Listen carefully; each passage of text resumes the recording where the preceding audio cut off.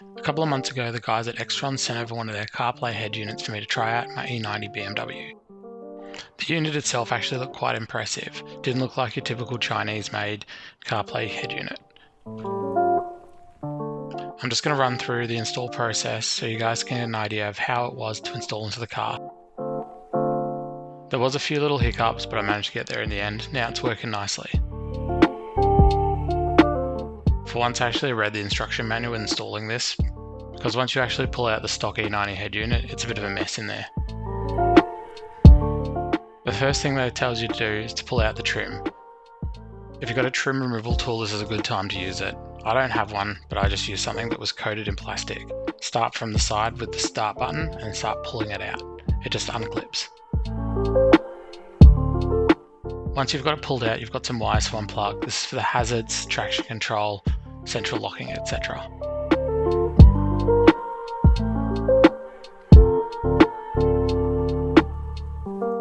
These plugs are a real pain to pull out and also plug back in.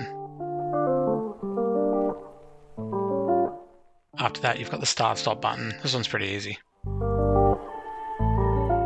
Just pop it down the side until later. Essentially, all of this has to come out now, so you can start by pulling back the aircon controls. They just unclip.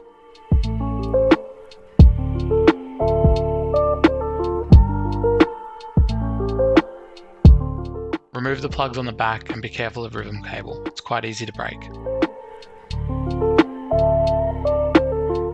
Pop this down with the rest of the trim. There's a couple of screws to undo to pull out the factory unit.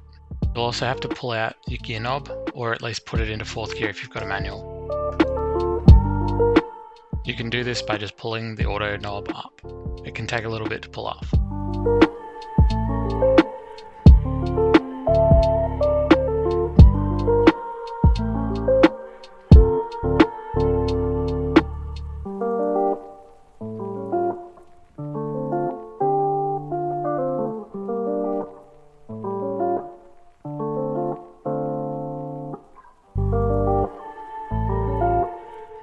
Now just pull it all out. It might take a couple of jiggles to get it out.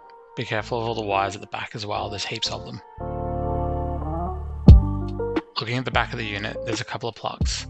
Mainly this big one here, this is what we're going to tee into. Remove it, and then we'll get the harness and then tee it in. We've also got to remove the factory screen. There's 2 screws at the top that can be a little bit of a pain to get to. They're just Phillips heads. Grab a flathead or even a trim removal tool and just pull it down. It's just a little bit to just get it out. There's a couple of plugs on the back, you need to remove them. These ones are pretty easy.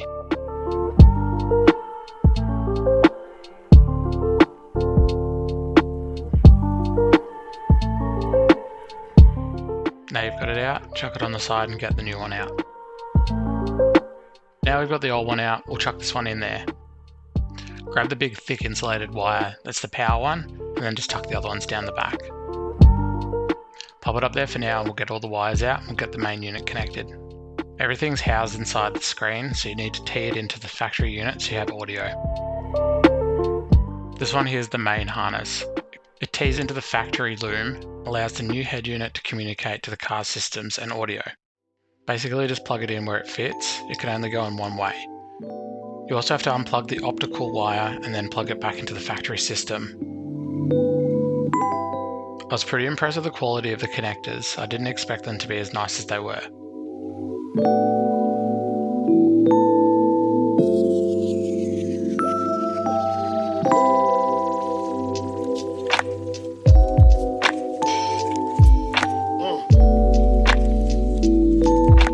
Now you've got to run the rest of the loom that's plugged into the T-in harness up to the head unit.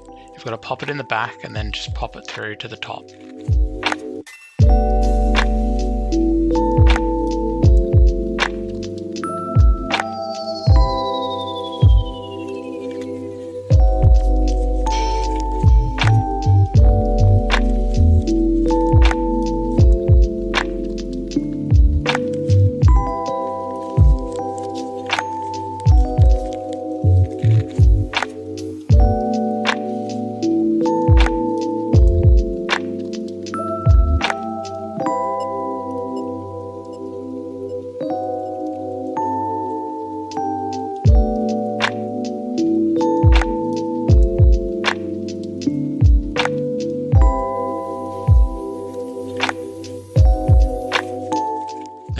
into the new head unit.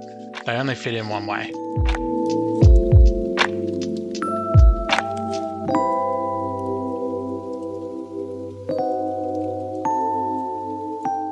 There's a whole bunch more cables that need to be plugged into the new head unit. This is for things like GPS antenna, cellular antenna, and USB cables for external things. The instructions don't really go through much of this, apart from just plug everything in. Go through them all one by one, plug them in, and then route them where you want them.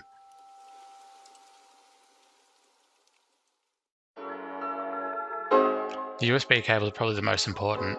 I use this for my MHD and JB4. Because it's an Android-based unit, you can display stuff on the dashboard using JB4 app. You can also flash software onto the car using the MHD app. First, I tried to get them into the glove box, but it turned out to be pretty impossible, so I just put them down to the driver's footwell.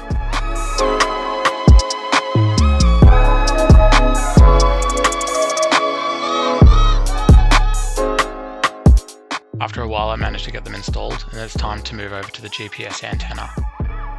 The cellular and GPS antennas only matter if you're using the onboard GPS and cellular on the Android head unit.